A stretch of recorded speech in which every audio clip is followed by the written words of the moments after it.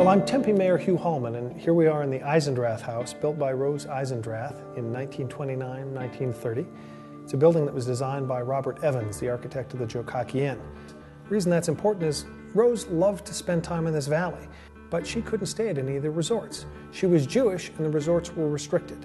So Rose hired the architect of the Jokaki Inn, and he built her this beautiful two-story Pueblo-style architecture. It's a beautiful facility, yet time has taken its toll, so now we're going to work on rehabilitating it.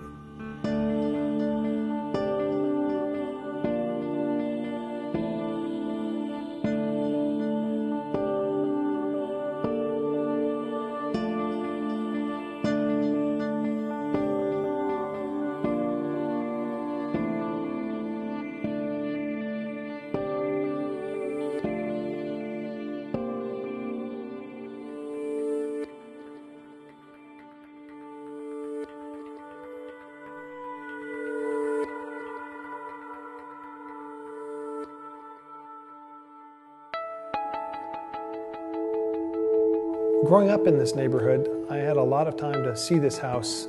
It's always been up on this hill, but when I was a child, the whole area was surrounded by open desert. The houses to the north and to the east hadn't been built yet. It's a beautiful two-story Pueblo revival-style architecture building made of real adobe, but that's why we have to hurry. The adobe has entered a phase called adobe melt, and the walls are beginning to deteriorate. Every time it rains, some of the moisture seeps into the walls through the masonry that's on the outside, and it leaches the adobe right out of the walls. We hope we got here just in time. The house needs significant renovation, but as our city architect, Mark Vincent, says, there have been others we've saved that were in lots worse condition. I hope he's right, and I hope we can do a great job with the Rose Eisendrath House. It's important to this project that it's not only a historic preservation project, but it's also a sustainable project, and it will be the first LEED certified historic project in Arizona.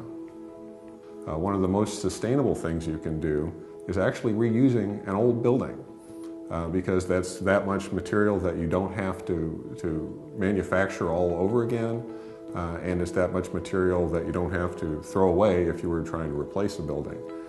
We're reusing some interesting portions of the building that are kind of a creative approach. For example, this home has an original swimming pool out on the terrace that was filled in at one point. We're going to be re-excavating that swimming pool and trying to use it for a cistern that will catch rainwater. We'll channel the rainwater that falls around the house into the cistern, and we'll use that to water all of our landscaping. So our landscaping, when we're all done, will require no supplemental water.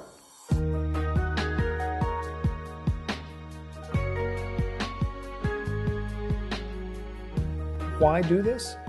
It's going to be an expensive process, I have to admit. But this house stands for more than just a beautiful adobe architectural monument. It stands for something really important for Tempe. It stands for why Tempe is the way it is. It's diversity. Rose Eisendrath chose this community because it had a long history of diversity. She was not accepted at the Valley Resorts, but she was accepted in Tempe. This home really stands for the best of what Tempe is. And we're glad Rose selected Tempe, and I'm also delighted that the residents of this community have put so much time, effort, and their money into saving this house.